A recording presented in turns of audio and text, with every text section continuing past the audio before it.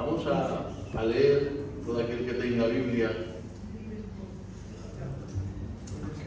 Deuteronomio 7:6, y dice así el rótulo: un pueblo santo para Jehová. Y dice la palabra del Señor en el nombre del Padre, del Hijo y del Espíritu Santo. Porque tú eres pueblo santo para Jehová tu Dios. Jehová tu Dios te ha escogido para ser de un pueblo especial, más que todos los pueblos que están sobre la tierra. La palabra está en Deuteronomio, se la dice Dios a Moisés, Moisés se lo dice al pueblo de Israel, pero podemos ver, hermanos, que en Pedro nos dice el apóstol, dice, y ahora, refiriéndose a la iglesia, ahora vosotros que no erais pueblo, ahora sois pueblo, linaje escogido, real sacerdocio, nación santa, pueblo adquirido por Dios.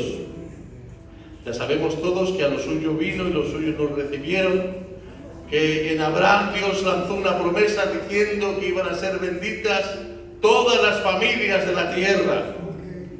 Y como nos predicaban el otro día acerca de aquel cordero en sustitución de Isaac, como representaba a Cristo, y como también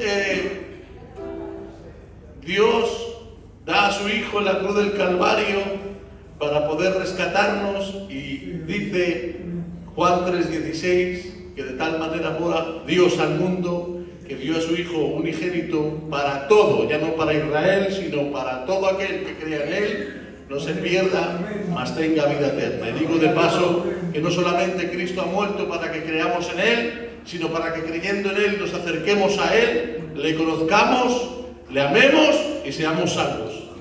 Amén.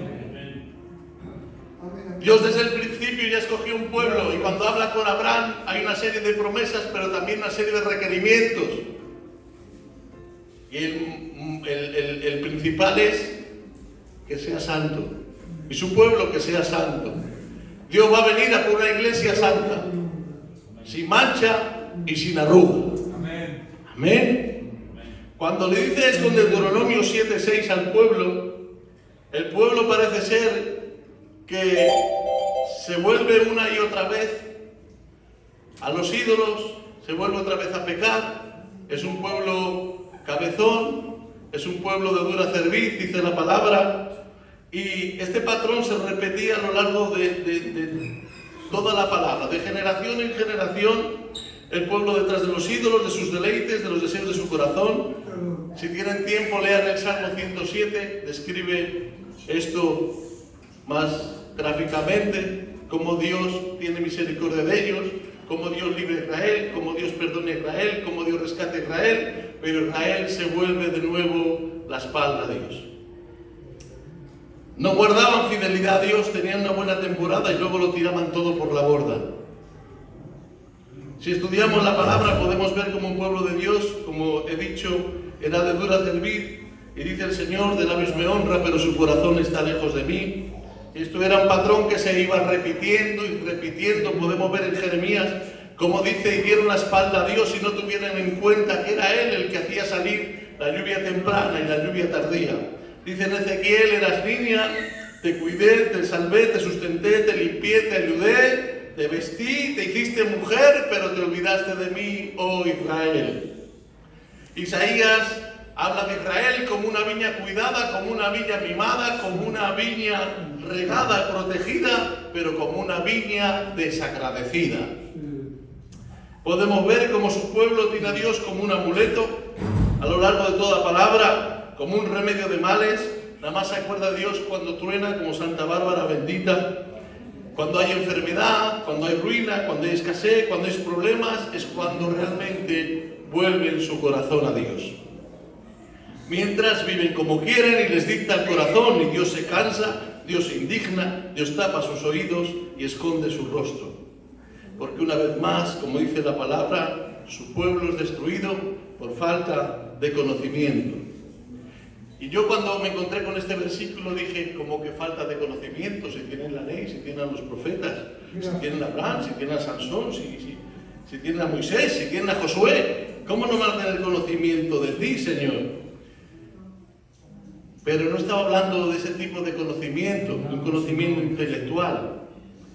Por eso cuando llego a Primera de Samuel me encuentro y leo, los hijos de Eli no tenían conocimiento de Jehová. Y digo yo, aquí hay un error en la Biblia y se han confundido estos ambos cuando han escrito. Porque como no van a tener conocimiento los hijos de Eli, si les han criado desde pequeñitos para ser sacerdotes, actualmente son sacerdotes y ministran en el templo. Es imposible.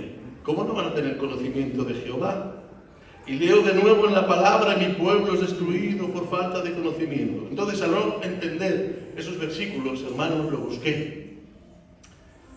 Y el verbo que utiliza quiere decir conocimiento personal e íntimo, acercamiento, intimidad y amistad con Dios. A eso se refiere la palabra. Porque, hermanos, si no nos relacionamos con Él, ¿cómo le vamos a conocer? Si no nos relacionamos con Él, ¿cómo nos vamos a padecer a Él? La misericordia, el perdón, la compasión y el amor no nacen del conocimiento, sino de la comunión con Dios. Miren a los fariseos y escribas, llenos de todo el conocimiento de la palabra, pero dice Cristo que estaban muertos por dentro. Estaban vacíos de amor y de compasión y de misericordia. La vida de Dios crece y se desarrolla en la comunión y en la relación con Dios, en el contacto íntimo y personal con Él. No rezar. Ave María Purísima, sin pecado concebida, bendita tú eres entre todas las mujeres. Y perdónenme que a veces hacemos esto. Bendíceme, ayúdame, mira a mis niños, gracias por todo, en el nombre de Jesús. Amén. Oraciones repetidas, oraciones ensayadas. Oh Padre de la Gloria, soy tu Hijo, que desde lo alto yo intercedo en el nombre de Jesucristo, con palabras excelentes. Dice que los fariseos también hacían largas oraciones, ni ensayadas ni aprendidas. Tampoco se trata de cumplir con lo establecido, que es bueno, pero no solamente es eso. No es cumplir con las normas y las reglas. Tampoco se refiere a apartarse de lo malo, que es bueno y es una parte de la que debemos hacer, pero no se refiere el Evangelio o la santidad o el acercarse a Dios, el apartarse del mal como un tipo de castidad, como una negación basada en las dogmas y en las leyes y en los estatutos de la palabra, porque eso es religión. No sé si me están entendiendo. Cristo no murió para traer una serie de reglas o una religión o un modo de conducta. Cristo murió para que tengamos una relación real con el Padre. Cristo no murió para que vivamos de las administraciones pastorales a base de cultos, vigilias y meriendas. Aleluya. Es bueno. Los cultos no pueden mantener una vida cristiana. Los cultos no han sido diseñados para eso. La administración por sí sola no tiene poder para cambiar tu naturaleza si no tiene usted y yo una relación real con Dios. Nuestros ancianos no eran de mucho conocimiento, no tenían mucho conocimiento, no sabían leer. En vez de decir pero, decían poro. Mi abuelo Saturnino hoy día lee, y los hijos de Jehová. Así lee mi abuelo. Así lee. El tío Pelón no sabía leer. El tío Pelón, profeta. Si no tengo malentendido, le tenían que leer la Biblia. Hermanos, pero qué conocimiento y qué acercamiento a Dios tenía. Qué respaldo de Dios tenía, hijo. Eran hombres que conocían a Dios, que tenían intimidad con Dios. y nos enseñaron cosas muy buenas. De tal manera que antes no salíamos de la casa sin haber tenido un rato de comunión con Dios. Íbamos a emplear algo y presentábamos el empleo al Señor. Orábamos por el género, orábamos por la chatarra, hasta por la furgoneta. Yo he llegado a comprarme una furgoneta, llamar al pastor y decirle lo que he visto en mi casa. Pastor, oré por la furgoneta. Amén. No dábamos un paso sin contar con Dios. No hacíamos nada antes sin decírselo al Señor antes en oración. Hoy por hoy hacemos las cosas a nuestra manera, nos sale mal y encima nos quejamos al Señor como si Él tuviera la culpa. El Señor tenga misericordia de nosotros. Nuestros ancianos vivían cerca de Dios, por eso conocían a Dios, por eso vivían en santidad. El rasgo más característico de la santidad es el amor a Dios y a los demás. La santidad es una vida entregada y consagrada para Él, es una vida que vive cerca de Dios, y Dios, cuando vives cerca de Él, como Dios es amor, te llena de su amor. Dice la palabra, el que no ama no ha conocido al Señor. Eso es lo que nos enseña. Por eso nuestros ancianos dejaban familias, casa, trabajos, lo dejaban todo por amor a Dios, todo. La santidad se refleja la obra de Dios que hay dentro de nuestro corazón. La marca más convincente de la santidad y de nuestra cercanía a Dios siempre va a ser el amor al prójimo y a la obra de Dios. La santidad, miren qué definición, que me ha encantado. Gracias. La santidad es descubrir y saborear que Dios nos ama con un amor inmenso, con un amor personal, con un amor irrepetible y con un amor único, que nos conlleva a amarlo con un amor tan grande que entregamos nuestra vida por completo a Él. La santidad no es otra cosa que conocerlo, y conocerle nos lleva a amarlo. Por eso nuestros ancianos dejaban trabajos, hijos, familia, pasaban fatigas, hambre, aflicciones, golpes, rechazos, dificultades, a fin de extender el Evangelio, y hacían todo por amor a Cristo, como el apóstol Pablo, como los apóstoles que hay en la Biblia. Y no les daban placas, y no buscaban aplausos, y no dormían en hoteles de 4 estrellas, ni comían en grandes restaurantes. Es más, ellos no querían, ni lo hacían esperando recompensas, lo hacían por amor. Qué buenos ejemplos hemos tenido, hermanos. Y hoy que la mayoría de ustedes son ancianos, yo digo que Dios bendiga a nuestros ancianos y que Dios bendiga a nuestras ancianas. Hemos tenido y vivido muy buenas administraciones. Hemos tenido visitas de cartel de lujo. Pero creo que hemos perdido algo por el camino. Hoy tengo que gritar como aquella mujer que dijo: Icabod, la gloria de Israel ha sido traspasada. Porque la gloria no la traen los cargos, ni la traen las visitas, ni el nombre, ni una iglesia llena, ni que tengamos un buen coro, ni una buena remesa de predicadores, que Dios les bendiga, ni las buenas administraciones pastorales, ni los cambios de pastor, ni que tengamos al hermano Luis de Salamanca, que de verdad, que yo creo que cada 1000, yo creo que hay uno como este gitano. Es un pastor de los de antes. Me encanta este gitano. Es imparcial. Todo lo que hace lo hace por amor. Ahora que no está, lo digo. Lo que da la vida no es el báculo de la administración, siempre nos han predicado, poniéndonos de ejemplo a Giezi cuando va con el báculo a tocar al niño, hermano Juanín, sino que cuando va Eliseo y tiene contacto con el niño es cuando revive. Entonces lo que nos da la vida, lo que trae la presencia de Dios, lo que nos hace vivir en santidad, lo que nos hace amar a Dios, es tener contacto con Él. Para que Dios trate conmigo, cambie mis pensamientos, sean ordenados mis sentimientos, mi vida sea transformada, y vaya Dios entresacando lo precioso de lo vil cada día, Es necesario que haya en mí un altar oculto, una intimidad con Él. ¿Y qué es un altar, hermano? Que siempre he predicado el altar. ¿El altar qué será el altar? Pues el altar es un lugar de sacrificio y adoración. Sin altar no se experimenta la presencia, sin altar no se revela la voluntad de Dios, sin altar no se manifiesta su gloria.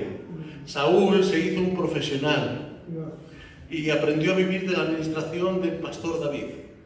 El pastor David le animaba, el pastor le confortaba, el pastor le ayudaba, el pastor le aliviaba, el pastor iba a tomar café a casa, el pastor le liberaba, pero nunca tuvo ese altar, esa dedicación, esa relación con Dios. Saúl no procuró depender de Dios, ni si era ministrado directamente por el Señor, vivía de los cultos que le hacía David. No se preocupó de tener una relación real con Dios y miren qué mal acabó. El propósito para su pueblo siempre fue que fuera un pueblo santo, un pueblo apartado y dedicado para Él. Un pueblo para sí, dice la palabra. Pero Israel aceptó a Dios como su proveedor, como su sanador, como su libertador, como su protector, como su defensor. Por eso dice esa alabanza, ya Jehová Salón, el que me da paz. Jehová Rafa, el que me sana es, ¿no? Rafa. Sí. Rafa, el que me sana. Jehová Jireh, el que me provee. Como que el busno que tiene buen busno sin hiela. Así lo tenían al Señor. Lo tenían como aquel que les proveía, aquel que les protegía, pero no como dueño y rey de sus vidas. Y por eso llega a decir en Oseas: no quiero que me llamáis más Señor, sino que me llaméis mi amado. Y pone como ejemplo a la esposa y al esposo, para que entendieran qué tipo de relación Dios quería con su pueblo. Dios quería que tuvieran conocimiento estrecho de Él. Israel sabía quién era Jehová, reconocían a Jehová, pero no conocían a Jehová. Israel se volvía una y otra vez y se desviaba y se volvía a torcer detrás de sus intereses y de sus deseos, no atendiendo a las demandas de Dios. Y creo con todo mi corazón, hermanos, que este tiempo Dios quiere que volvamos a la intimidad, a la fidelidad, a la búsqueda, a la dependencia, a la relación y a la santidad. Yo creo que Dios nos está llamando a eso. El tiempo se acerca y creo que por eso Dios con más insistencia nos llama. No existe santidad si no hay intimidad. Dijo Cristo: yo soy la vid, vosotros los pámpanos, si permanecéis en mí, la savia que tengo yo dentro correrá por vuestros adentros. O sea, si tenéis conexión conmigo, si hay relación, si hay comunión conmigo, pues mi Padre os limpiará y vosotros cada vez llevaréis más fruto. Por fe hemos sido convertidos, por gracia hemos sido justificados, por su sangre hemos sido consagrados, pero todo lo que es consagrado tiene que ser santificado, tiene que ser apartado y dedicado para Él. Y todo dedicado para Él estaba siempre en su presencia, en el lugar santo o en el lugar santísimo. Pablo a los Colosenses dice algo precioso, me parece que es el capítulo 2, dice: de la manera que recibisteis al Señor Jesucristo, andad en Él. Si leen otras versiones verán que dice: de la manera que recibisteis al principio al Señor y de la manera que fuisteis enseñados al principio, a lo primero, así andad. Yo recuerdo que nuestros ancianos, esto y tal, eso es malo. Vas a ir allí, que es malo. Te vas a poner, que es malo. Y todo era malo. Y todo era malo. Y nada más nos decían que oraran mucho, que oráramos mucho. Y se tiraban horas y horas orando. Y todo era malo. Hoy todo es bueno. Pues antes era todo malo. Vivían en una santidad impresionante. Y he estado meditando en este evangelio que ellos nos enseñaron, que ellos nos dejaron. Y les voy a poner un ejemplo. Yo tengo un coche. Hermanos, los hermanos van a entender. Y ahora le cambio la llanta 14 por la 17.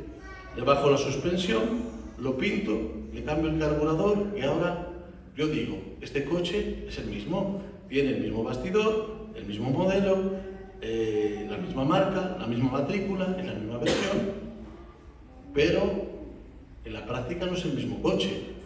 Este coche no consume lo mismo, este coche no se adhiere igual a la carretera, este coche no corre lo mismo, este coche no se conduce igual. Señores, en teoría sí, pero en la práctica no es el mismo coche. Si empezamos a modificar pequeñas cosas del Evangelio original, se va a diferenciar mucho de aquel que estamos practicando hoy en día. El Evangelio original cambia los corazones y transforma las vidas. El Evangelio original tiene poder, decía Lucas de Badajoz hace poco, dice, porque el Evangelio de Cristo tiene poder. Dice, pero claro, el Evangelio de Cristo, otro, por muy parecido que sea, no tiene poder. La idea de conocer a Dios, o cómo es Dios, o de concebir el Evangelio, sin la cercanía de Dios, nos ha llevado a crear religiones, diferentes denominaciones, a errar en el Evangelio, incluso a desviarnos y perecer por falta de conocimiento íntimo y personal con Dios. La vida cristiana se basa en conocer a Dios. El Evangelio es conocer a Dios. La vida eterna es conocer a Dios. Dice Proverbios 9, dejar las simplezas y vivir. Y sigue diciendo, y andar por el camino de la inteligencia. Y se pregunta usted, ¿y qué es la inteligencia? Pues sigue leyendo Proverbios 9 y dice, el conocimiento del Santísimo es la inteligencia. Amén. Y dice Jeremías, me parece que es, que no se jacte el sabio en su sabiduría, ni el rico en su riqueza, ni el valiente en su valentía, sino que se jacte ¿de qué? De conocer a Jehová, de conocerme a mí, que soy Jehová. Juan 17 tiene una conversación Cristo con el Padre y le dice, Padre, porque esta es la vida eterna, que te conozcan a ti. Amén. Mateo 7:23 dice que habrá muchos, qué pena, que llegarán al cielo y dice, pues yo sanaba enfermos, yo profetizaba, yo predicaba, yo era del coro. Y dice el Señor, nunca os conocí, apartaos de mí. Y yo digo, pero si el Señor es omnisciente, ¿cómo dice que nunca les conoció? El Señor les conocía. Lo que quiere decir, y lo que estaba diciendo es, jamás hubo una relación entre nosotros. Nunca intimamos. Nunca hubo un acercamiento real y personal conmigo. A eso se refiere. El crecimiento de una vida cristiana no depende de cuánto se sepa, sino de cuánto conocimiento personal tenemos de Dios. El conocimiento al que se refiere la palabra no es un conocimiento doctrinal o teológico, sino personal e íntimo. Un hombre normal, casi analfabeto, lee la Biblia, pasa tiempo con Dios y tiene más conocimiento personal que los teólogos, que los eruditos, y que los sabios y que los entendidos. Muchos hermanos y hermanas de nuestra obra, sin saber leer, tenían más conocimiento que muchos teólogos, porque el que más sabe no necesariamente es el que más conoce. Para muestra un botón, el tío Emiliano que está en el cielo, me contaban que venían otros hermanos y señores entendidos, enseñándoles doctrinas, y dice que él decía, yo no sé explicarlo, pero estas doctrinas no son de Dios. Y era verdad. Y hablamos de hace lo menos 40 años, que hoy en día hay internet, móviles, hermanos en nuestra obra que tienen doctorado de teología por la universidad. Pero en aquel tiempo no había ni homilética, ni hermenéutica, ni nada. Pero el tío Emiliano conocía a Dios. Y Dios conocía al tío Emiliano. Y todo el cielo conocía al tío Emiliano. Y todo el infierno, igual que Pablo, conocía al tío Emiliano. Y antes de que fuera ya los demonios sabían que iba. Emiliano se moría. Qué poder y qué respaldo de Dios.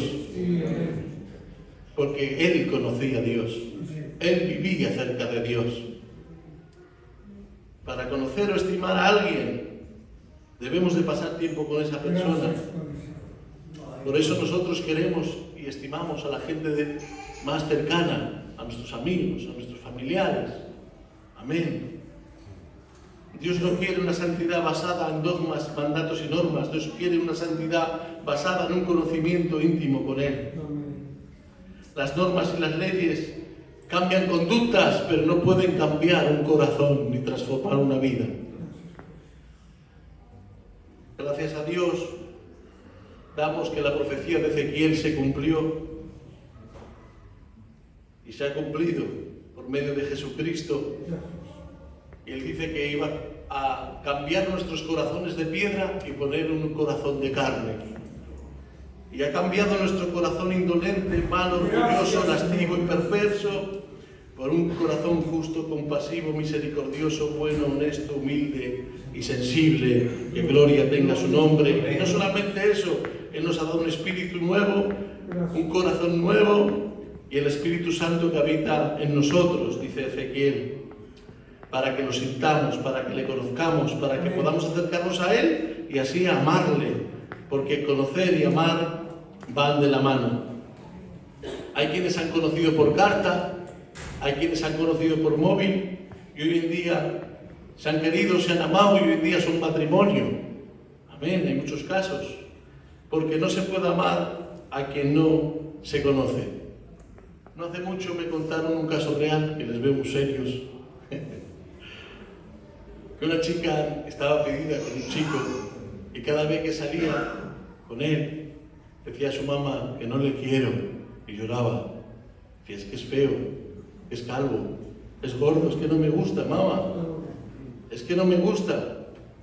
Pero esta historia real cuenta que a medida que fue conociéndole y vio que era amable, que era bueno, que era detallista, que era sencillo, que era cariñoso, un día dijo, mamá, es verdad que no hay atractivo en él, pero le amo. Este es el hombre de mi vida. ¿Cuánto más nos vamos a enamorar de Cristo si le conocemos?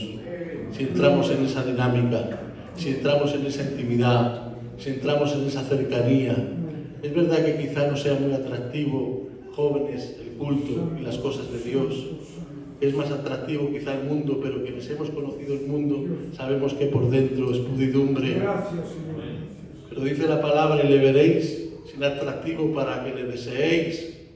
Cuando le conoces, cuando conoces a Dios, cuando vives cerca de Dios, no te queda otro remedio que amarle.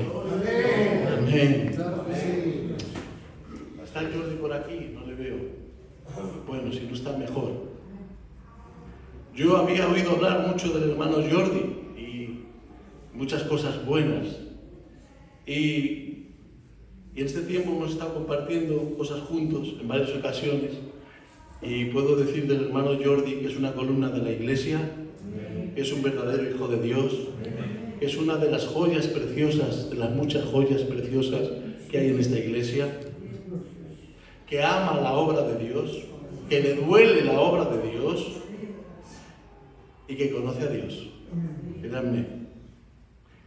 Y le conozco, pero yo no sé sus manías, ni sus gustos, ni su plato favorito, o cómo le gusta el café, pero seguro que si preguntamos a sus hijos o a su mujer, nos dirá, no solo a esto, nos dirá muchas más cosas que saben de él. ¿Por qué? Porque le conocen más íntimamente, porque viven más cerca de él.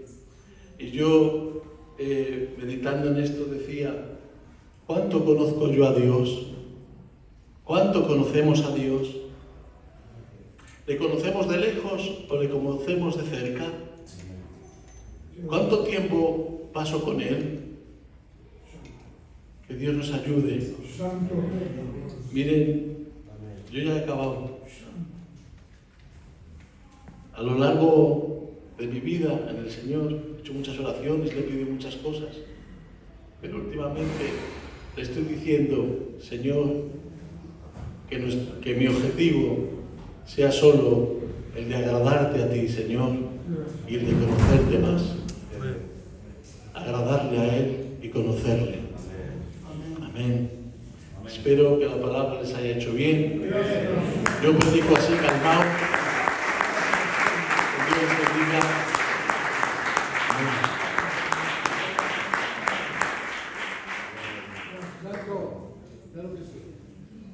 Y hasta aquí.